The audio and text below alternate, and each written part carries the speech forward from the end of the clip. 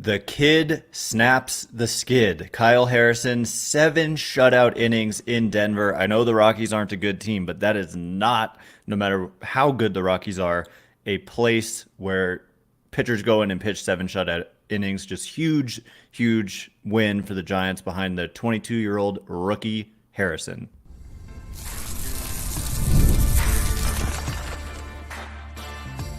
You are Locked On Giants, your daily San Francisco Giants podcast. Part of the Locked On Podcast Network, your team every day.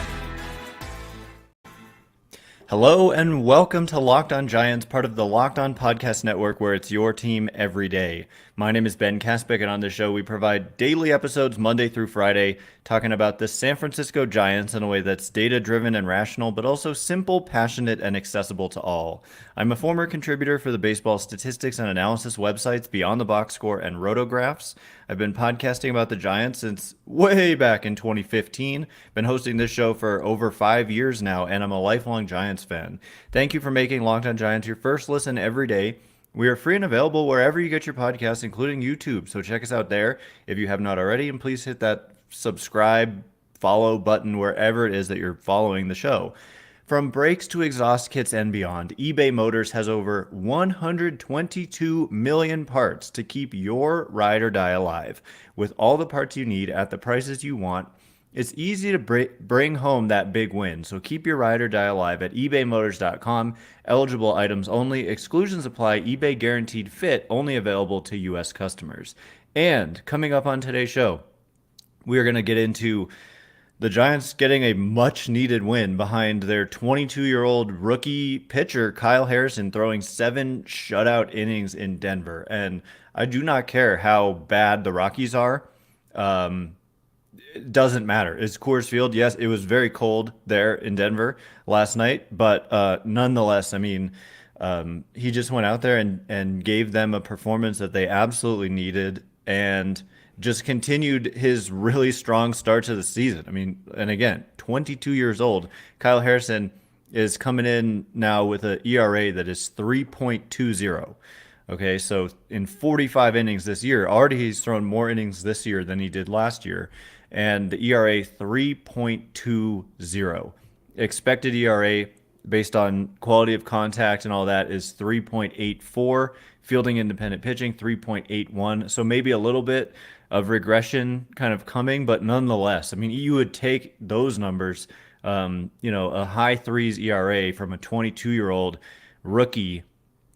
And it just came at a critical time with the Giants 15-21 going into that game. I mean, if you start slipping further behind that, then you're really digging yourself a hole.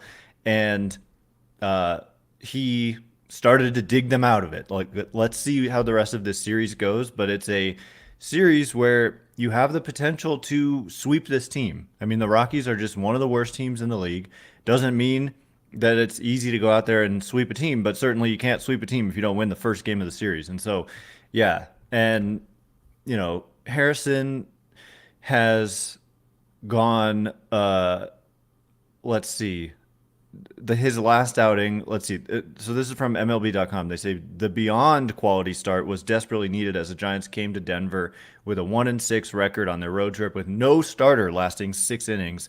And Harrison's previous start marking the only time a pitcher had gone 5 complete innings on the trip. Okay, so he had gone 5 innings in his last outing. That's crazy. On this whole road trip, not one time besides Harrison going 5 in Boston had a pitcher gone 5. That's wild. No, I mean, no wonder you're 1-6, right? And then he goes out and throws 7 last night. And so that's, he has been the only guy on this trip to be able to pitch deep and well enough, to pitch deep. And what he said in response to that was, quote, 100%, that's something I want to be in terms of emerging as an inning-eating stopper. He said, quote, I came up last year and saw Logan and all these guys doing that, so that's something that I kind of wanted to get to. We got the win, the W, and that's all that matters at the end of the day. And then his teammates, Nick Ahmed, said it's huge to go out and go 7 scoreless. It just gives us confidence knowing that he's out throwing strikes and keeping them scoreless and focus to not feel like we need to score a ton of runs to win a game. It's nice to know you're going to score a few and he's going to hold the lead for us. And 100%, then that has been like the biggest thing with the Giants is that they have not been able to win games when they allow runs. Like if they have allowed 4 runs, this I was talking all yesterday about how I needed to verify this. First saw it from Eric Engel, who hosts Locked On or the podcast for Locked On Giants. Excuse me, postcast. Their record when they allow 4 runs or more is 1-20. They have won 1 game and they have lost 20 when they allow 4 runs or more, which is just astounding to me. And it's the worst in baseball, obviously. I mean, I guess there could be a team that was 0 and something, but no, there's not. I mean, they just, if you like, and several times on this trip, it feels like they've allowed 4 runs in the beginning of the game, and it just has felt like it's over. And what's crazy, it's like because when they have scored, the Giants are scoring 4.8 runs per game when their pitchers allow 3 or fewer runs. So they're basically getting 4 or 5 runs when they pitch well, but only 2.9 runs per game when they allow at least 4. These stats coming from John Becker of Fangraphs, who wrote about this morning. Yeah, so to me, that's kind of a bit of like a luck indicator, or not indicator, but like just bad luck in terms of the sequencing of when you're scoring, or it's just like a feeling if you don't feel confident as an offense that you just, like Nick Ahmed said there, like if he's going out there throwing up zeros, then it just takes some pressure off of you. And that's a real thing. I mean, feeling pressure to score or not, like when your pitcher's just putting up zero after zero after zero, you can feel a little bit more relaxed as an offense. And the same goes in reverse. Like when your offense is struggling as a pitcher, you feel like you have to be perfect or else you're going to lose the game. And so that's where the Giants are at. I mean, think about that. 4.8 runs a game when they like there should be no correlation between what they're doing in terms of run prevention and what they're doing in terms of run scoring. But they're scoring 4.8 runs a game when they allow 3 or fewer runs and 2.9 when they allow 4 or more runs. So that's pretty wild, and I would expect those numbers to kind of converge and not be so not they're going to win some games when they score or allow 4 more runs. Like they're not going to 1-20 is just astounding for like 4 runs and you lose like pretty much automatically. That's crazy to me. But anyway, it happened again last night. It wasn't like they won 7-4, they won 5-0. And so it was the same story last night. And the offense, most of it came in 1 inning. They got 4 runs. So it wasn't exactly in 1 inning and 5 total. So it wasn't exactly like an offensive explosion, but the pitching, if you would allow zero runs in a game at Coors, then you pitched brilliantly. I mean, no matter what the Rockies are doing. And was it Harrison's first? Oh my God, it was his first start at Coors Field. His first start ever there. And Bob Melvin said, when you haven't pitched here before, there's some unknowns when you go out there. Is your breaking ball going to break like it normally does? Am I going to get winded? There's some uncertainty, but it didn't seem to bother him at all, is what Bob Melvin said. And Harrison said, I played a lot of minor league games in Salt Lake and Reno and all these places, so I have no excuse not to show up on this day because those are high altitude places as well. I felt great out there. The shape of the pitches were fine, honestly. So there you go. And then lastly here, on MLB.com, SFGiants.com, they say the win followed Melvin's closed-door meeting for a rare talk Monday after being swept by the Phillies. And Ahmed thought the team responded well. He said, we needed to hear it. We didn't play well in Philly, obviously. We got embarrassed. They're a good team, but we didn't play our best baseball. We just came out last night in Denver, and did the little things right. You're not going to always win a game like that, but you give yourself a better chance. So coming up in just a minute, we're going to turn our attention to the offense in general, which has overall not been good and been disappointing, but I also want to just give a shout out to Lamont Wade Jr., who's leading the league in some really major categories. So we'll get into it in just a minute. And before we do, today's episode is brought to you in part by DoorDash. Moms are a gift, so give her the best this Mother's Day. Get gifts as thoughtful as she is with DoorDash. Select from hundreds of expertly crafted bouquets to the best of tech to self-care essentials and more delivered right to her door. Shop with savings that would make her proud, like I do with a Dash Pass membership. I couldn't live without my Dash Pass membership. You'll save with a $0 delivery fee and reduced service fees on eligible orders from Dash Pass merchants that meet the minimum subtotal. Other fees apply. Terms apply. So, but at the end of the day, you can see on DoorDash how much you've saved over time with Dash Pass. I've literally saved thousands of dollars by having this this subscription service. So get all your Mother's Day gifts all in one place. Get 50% off your order and $15 off when you spend $15 or more on your next flour, convenience, grocery, or retail order now with code LOCKEDONMLB. That's LOCKEDONMLB. Order using DoorDash today. Terms do apply. Today's episode is also brought to you in part by eBay Motors. Passion, drive, and patience. The formula for winning championships is also what keeps your ride or die alive. eBay Motors has everything you need to maintain your vehicle and level it up to peak performance. Superchargers, roof racks, exhaust kits, LED headlights, which I personally have bought using eBay Motors myself, and more. Whether you're into speed, power, or style, that's more me, eBay Motors has you covered. With over 122 million parts to choose from for your number one ride or die, you'll always find exactly what you're looking for. And with eBay Guaranteed Fit, the part is guaranteed to fit your ride every time or your money back. Because with eBay Motors, you're burning rubber, not cash. With all the parts you need at the prices you want, it's easy to make your car the MVP and bring home huge wins. Keep your ride or die alive at ebaymotors.com. Eligible items only. Exclusions apply. eBay Guaranteed Fit only available to U.S. customers.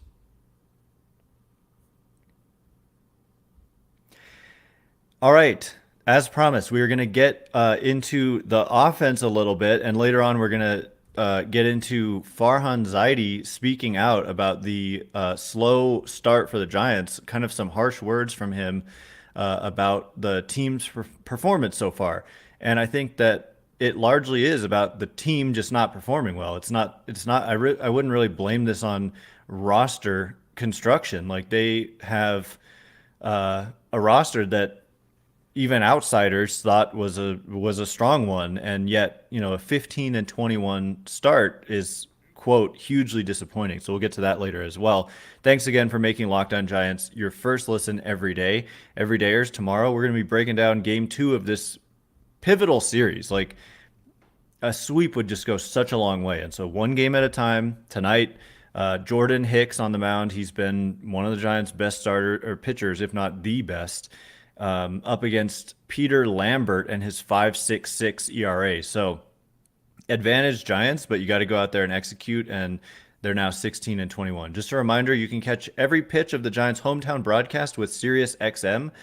Just download the SXM app and search the word Giants. Are you watching Fox Sports or ESPN on your TV all day, by the way? Do you have to turn down the volume with all of that shouting? Make the switch to Locked On Sports today, a free 24/7 sports streaming channel program for you every day to bring you the biggest stories without all the screaming. Locked On Sports Today brings you can't-miss analysis, opinions, and news streaming 24/7 on YouTube or the free Amazon Fire TV Channels app, part of the Locked On Podcast Network, your team every day. Also a reminder that after every game, you can check out the Locked On Giants postcast with Eric Engel right after the game. And that's on Locked On Sports Bay Area on YouTube, live right after the game. And then it also, after it being live, shows up on the Locked On Giants normal podcast feed, but not on the YouTube channel, if that makes sense. So I just want to keep throwing that out there. If you want to just kind of get in on the action right after every game, check out Locked On Sports Bay Area on YouTube, and you can also find it on this podcast feed later, not live. But anyway, with that said, how about Lamont Wade Jr.? Okay, this guy had a brilliant game.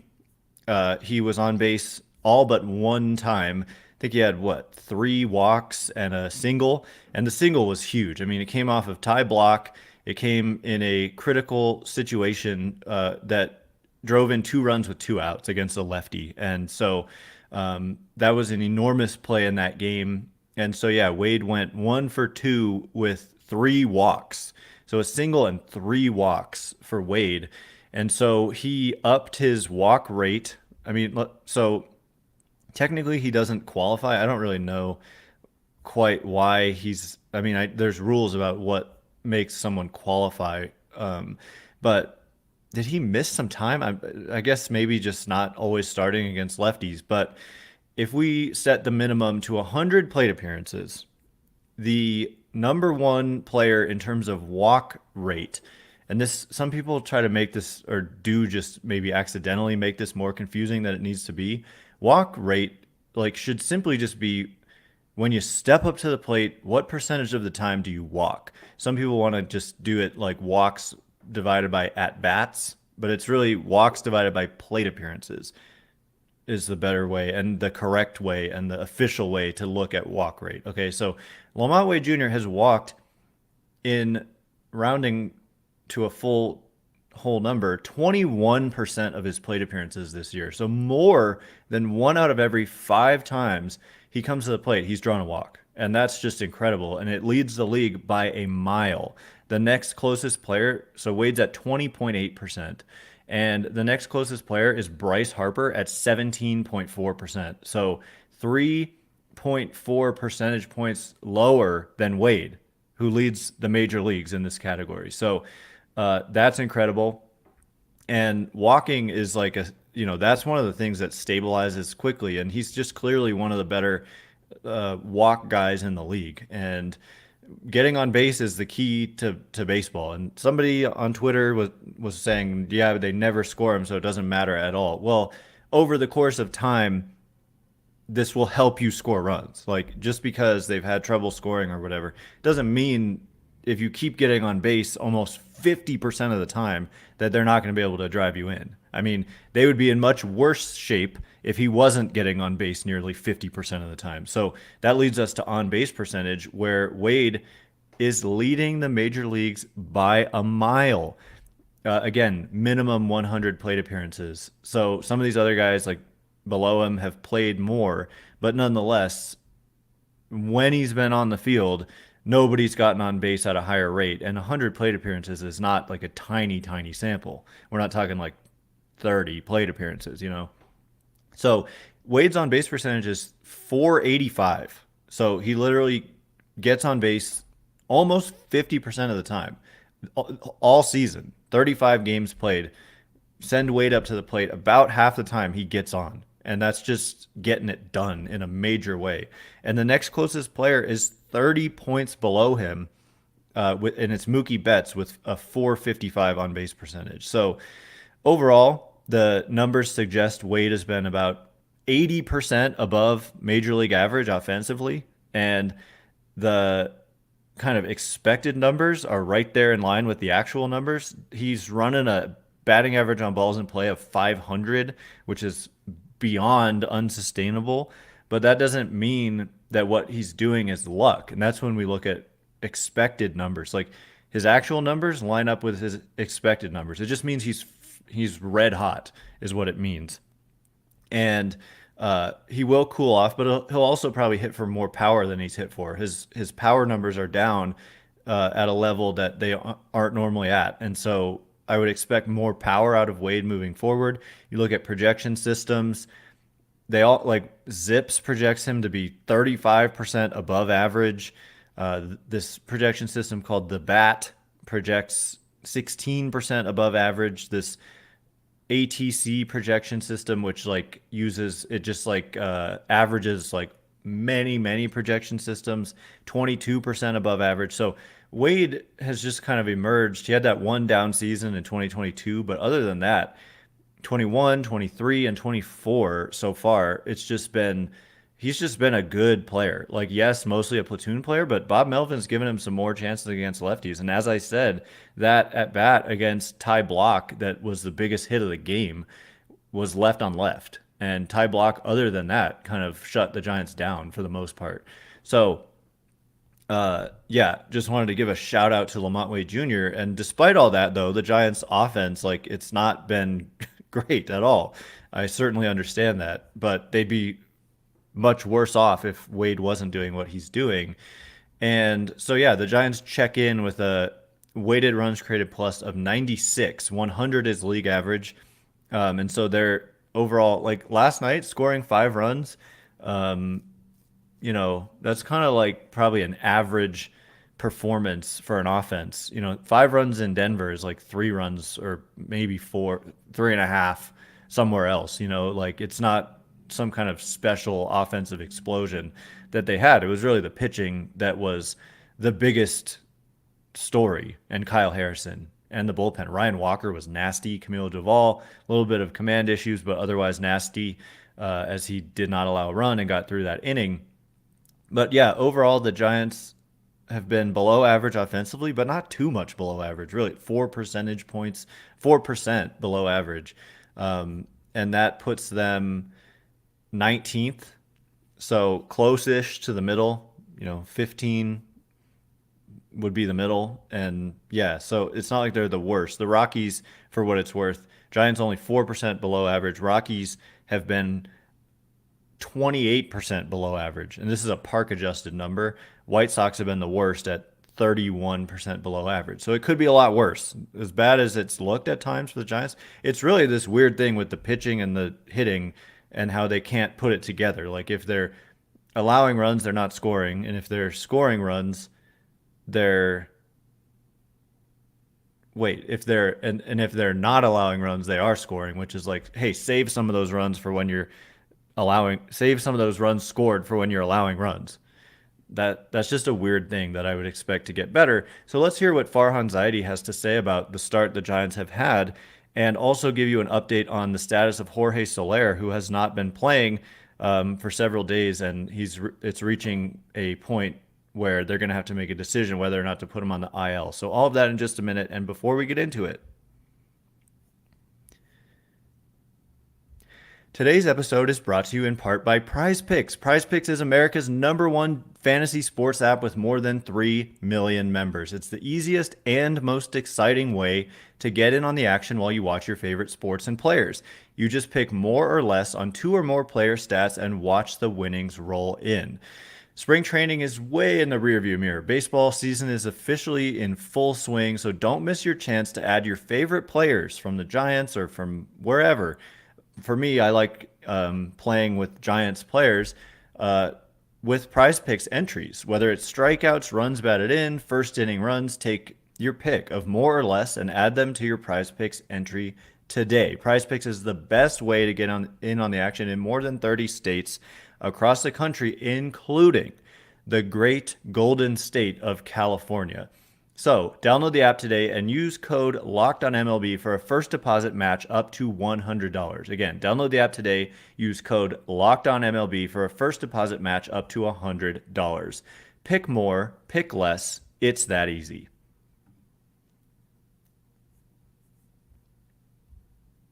All right, as promised, we are going to get into Farhan Zaidi's comments that came before the Giants won this game last night, and give you an update on Jorge Soler. The headline here in the Chronicle is that the slow start is, quote, hugely disappointing. So we're going to get into what he had to say. Thanks again for making Locked On Giants your first listen every day. Everydayers breaking down Jordan Hicks versus Peter Lambert. Another game that you should win. This is a bad Rockies team, and hopefully the offense can just keep it going, and the pitching as well. Jordan Hicks, it's kind of a ballpark where you throw as hard as he does, and you can kind of have success despite the elements. So command will be a key, but that'll be the show tomorrow, breaking it down. A reminder, you can catch every pitch of the Giants' hometown broadcast with SiriusXM. Just download the SXM app and search the word Giants. So, Farhan Zaidi, this is from Susan Slusser, came out yesterday, I think before the game, and the headline is Giants slow start, quote, hugely disappointing, end quote, to Farhan Zaidi, who remains committed to his roster. And so Slusser writes that we're beyond most of the small sample size arguments about underperformance. I kind of disagree with that. I mean, she says most of the small sample size. It still is a small sample size. It really, we need more games to.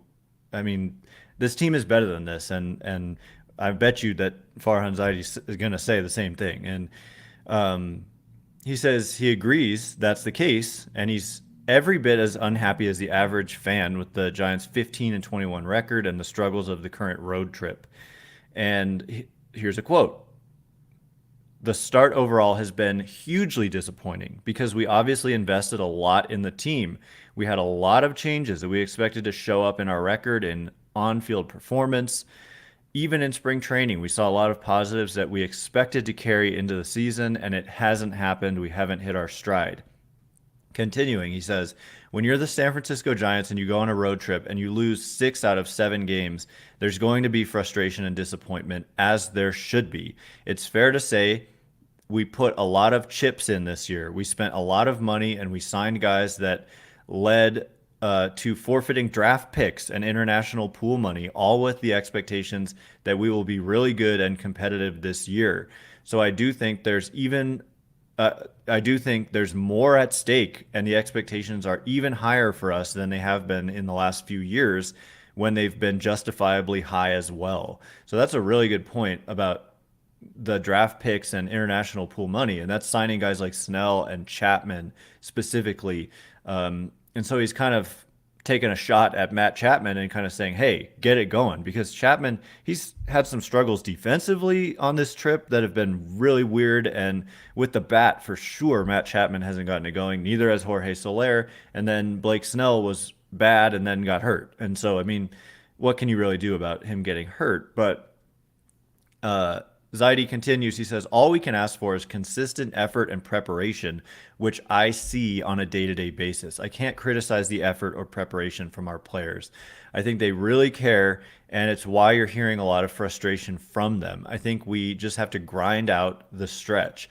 On the offensive side of things, we're pretty committed to this group. We have a lot of veteran players, and really there are only a couple of spots where we even have the roster flexibility to change the roster if we decided that made sense.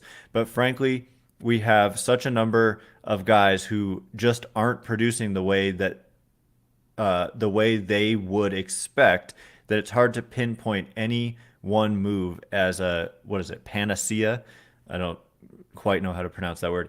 I don't necessarily see any immediate moves on the horizon, but I think we're getting to the point of the year where the sample sizes start being more meaningful. Yes, I agree. And you have to at least start thinking along those lines. And so he's obviously referencing, like, when he says there's only a little bit of flexibility, like guys you've signed, like, to guaranteed contracts, like Soler, Chapman, they're not going anywhere. And guys like Tyro Estrada is, he hasn't been the problem. And Lamont Wade certainly hasn't been the problem. Flores, guaranteed contract and track record. So and Jung-Hoo Lee, I think has been a bright spot, even though the numbers aren't quite where we would want. He's hit into some bad luck. And so I think really, if you're pinpointing here, this is looking at Mike Yastrzemski and Austin Slater. And also, yeah, that's basically it. Mike Yastrzemski, Austin Slater, that kind of right field spot. And Nick Ahmed as well. But Nick Ahmed has overall been not bad. I mean, he's been a solid contributor, good defensively. Had that one crazy play in Philadelphia where he tripped and airmailed the first baseman, which was costly. But otherwise, he's like Zaidi's right. Like Nick Ahmed and then Yaz and Slater are kind of the spots where, Marco Luciano, Luis Matos, Elliot Ramos, where you could potentially see a move at some point. And so let's see. So I don't know who he's talking about here, but I think it's Slater. And Zaidi says, I don't think his timing at the plate is quite where we expect or he expects it to be. and I don't know how much of that is inconsistent playing time.